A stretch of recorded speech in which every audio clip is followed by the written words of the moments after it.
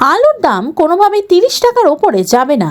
নবান্ন থেকে নিষেধাজ্ঞা জারি করে স্পষ্ট জানিয়ে দিয়েছিলেন মুখ্য সচিব। দেওয়া হলো নিষেধাজ্ঞার পরেও যদি কেউ আলু রফতানি করে তাহলে সেক্ষেত্রে আইন অনুযায়ী কড়া পদক্ষেপ নেওয়া হবে। নবান্ন সূত্রে খবর, নবান্নের বৈঠকে এমনটাই জানিয়েছিলেন মুখ্য সচিব। আলু পেঁয়াজের অগ্নিমূল্য নিয়ন্ত্রণে আনতে রফতানি নিয়ে বড় নির্দেশ দিয়েছেন রাজ্য সরকার। এ নিয়ে শুক্রবার হৃদয়পুর বাজারে এসে পরিদর্শন করলেন সরকারি আধিকারিকরা। আলু সহ মাছ, মাংস, অন্যান্য সবজির দাম কতটা নিয়ন্ত্রণে আছে তাই এদিন ঘুরে দেখলেন তারা। এদিন বাজারে সাধারণ মানুষ যারা সবজি কিনতে আসেন তারা দাবি করেন আগের থেকে এখন বাজার অনেকটাই নিয়ন্ত্রণে। আবার কিছু মানুষ দাবি করেন দাম ঊর্ধ্বমুখী। কিন্তু বাজারে যারা ব্যবসায়ী রয়েছেন তারা দাবি করছেন আগে থেকে অনেকটাই দাম কমেছে শাকসবজির। মুখ্যমন্ত্রীর নির্দেশের পরে কতটা নিয়ন্ত্রণে আসতে পারে বাজার সেটাই এখন দেখার। কিছু সবজির দাম কমেছে, কিন্তু শীতকাল অনুযায়ী যেরকম দাম কমা উচিত সেরকম কোনো দামই কমেনি। বিশেষত মাছের দাম একই আছে, আর বাজারে কয়েকটা সিলেক্টেড সবজির দাম একটু কমেছে। সেইভাবে শীতকালে বাজারে সবজির দাম যেভাবে কমা উচিত সেটা কমেনি, এটাই বলা যায়। আমরা যে তিমিরে ছিলাম সেই তিমিরেই। আপনার নামটা? শ্যামলেন্দু চৌধুরী। আছে, কোনো অসুবিধা নেই, খুব সস্তা।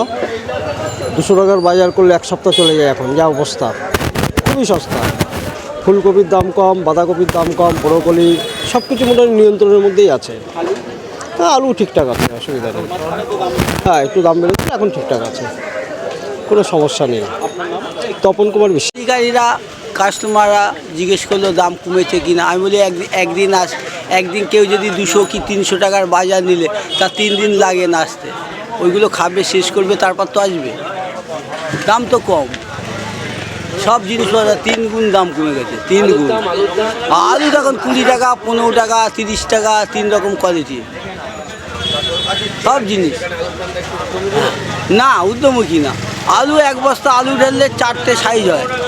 এক হলো কাটা ফাটা, এক হলো ছোটো, একটা মাঝারি, একটা বড়। দোকানদারদের লাভ বেচাখানে একদিন নিলে বললাম না 4 দিন আসা লাগে না। আগে যেমন এক পদেরই 100 টাকা হয়ে যেত, এখন 100 টাকার এক ব্যাগ বাজার হয়ে যায়। না, কিছু বলেনি। আমার নাম মন্টু মন্ডল, এটা হৃদয়পুর বাজার মার্কেট। আমরা ন্যাচারালি এরকম শিডিউল ভিজিট করি এবং জিনিসপত্রের দাম যথাযথ আছে, বেশি নেই। যেটা দেখলাম মোটামুটি রিজনেবল আছে। মাংসের দামটা নিয়ে জিজ্ঞেস করলেন? হ্যাঁ, মাংসের দাম তো ঠিকই আছে, ওই 200-220 এরকমই চলে। আমরা তো ওদের রেট চার্ট ছিল না, রেট চার্টটা আবার বসিয়ে দিলাম।